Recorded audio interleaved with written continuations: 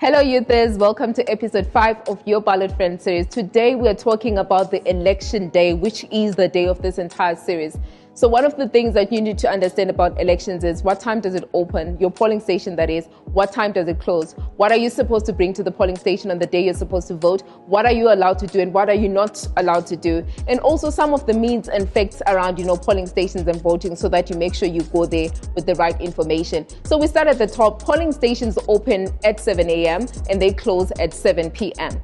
So what that means is that you can decide what time you want to go. I'd recommend for you to actually go in the morning so that you kind of do it before there's like a long queue. So definitely go in the morning, but you can also just go later because you might want to be going with your friends and they're not ready in the morning, right? So what do you bring to the polling station on election day? Your national identification can work as your form of identification. You can also bring a valid passport. Beyond what you need to bring, there is also that question of when you get to the polling station, what really is the process, especially for those who are first-time voters or anyone else that is forgotten because, hey, we voted 5 years ago. So when you get to a polling station, having confirmed that that's the right polling station for you, because people only vote in one polling station, there's only one polling station that has that particular name, so you've got to make sure you're in the right one. So when you get there, you will present your ID to the polling officer. The polling officer will take your ID and check your name in the voters roll. Once they confirm that your name is in the voters roll, they will then cross it out so that you don't vote again, which I think is very important, no?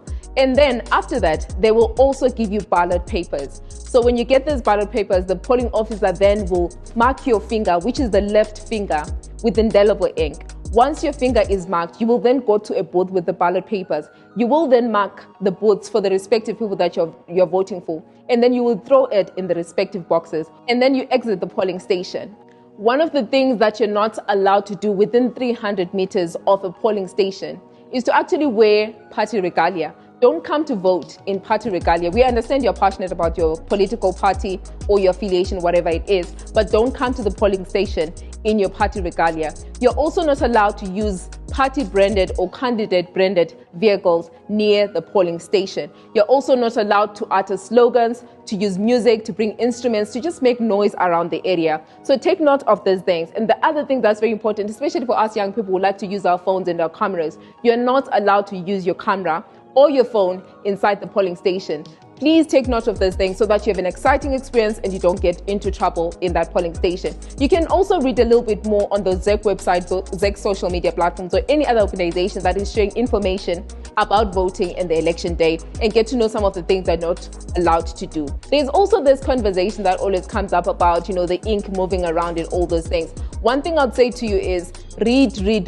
When you read, you begin to understand things that are practical, that are possible, and also begin to debunk these other things that are actually misleading people. So no, the ink doesn't move, but you can also just read about that. And then for us girlies who actually like doing our nails, my encouragement, or rather what you're required on the day is you can't come with any nails except your natural nails. If you come with nail polish, they will use acetone and cotton to just clean that off. This also goes to people that come with any other soiling or staining on the finger that's supposed to be used. And also there are people that may be handicapped and that finger is not available for use. So the next available finger in the sequence is actually used for the indelible ink. So get all the information that you need. Don't stay away because you feel like, okay, this is what they need, I don't have that. Just figure out the alternatives that are actually required of you and still participate. As young people on the day, just make sure the experience is nice for you. It's very exciting, it's safe, and it also just encourages everyone else that comes from different backgrounds to actually participate. So that's it on our episode today. Be on the lookout for the next episode in this